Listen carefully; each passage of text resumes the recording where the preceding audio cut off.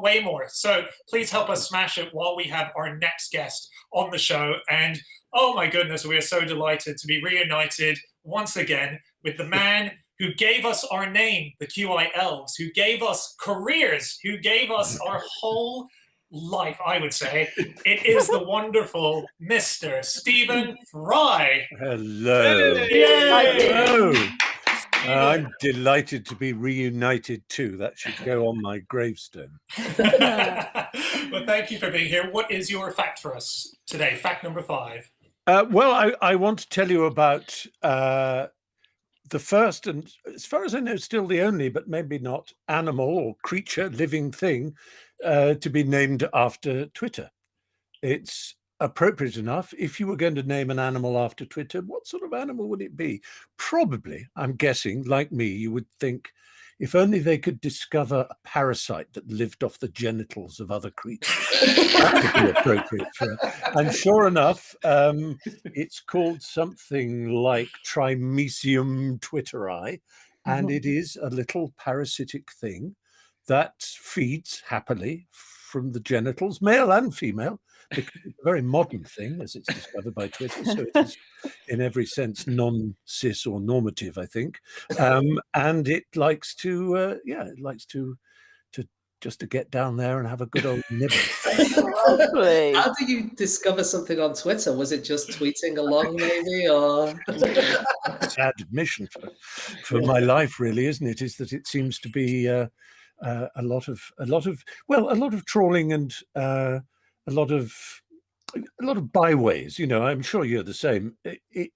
It's not Wikipedia, for heaven's sake, Twitter. Although I also was proud to give you the name Wikipedia, by the way. You are, yes. For QI's Twitter ID. And but nonetheless, you can go up some wonderful blind alleys, through some wormholes and portals into weirdness, and also fabulous. It's much more than what it's now being decried as, Twitter. I think there's a lot of life and positivity and fun and information out there, as you, I'm sure, well know, you are part of that. Yeah. Rather than looking at wormholes, they were looking at a millipede's holes, I think, and someone had put a picture. That's right. You're absolutely right. I think it was discovered by just an observation of a tiny thing. In that sense, despite they're so out of fashion these days, Jacques Derrida was probably right. It is only through difference that we obtain meaning, and it's just the tiniest little white specks on this grim-looking creature, and someone who saw them on Twitter decided that they were likely to be a parasitic fungus of some kind. It is amazing. That's this was investigated, and sure enough, it was. So actually, my introduction saying that it was all about how Twitter is a place for bottom feeders is really very unfair. It was because Twitter was being used in the best possible way the internet can be used as a vector for open science and inquiry, which is great. Yeah. But this wasn't if it feeds on genitals, it wasn't someone sending a dick pic, was it? You'd be like, oh man, actually, hang on.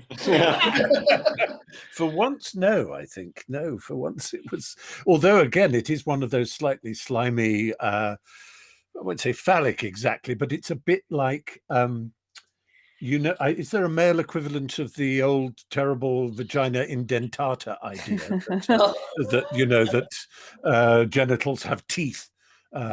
Which was either spread around by parents and aunts and grandmothers in order to frighten children off experimentation, or it was, in the case of the vagina indentata, it was a kind of terrible church calumny thrown against women that, basically a warning to all men that it'll get chopped off if you dare to go down there.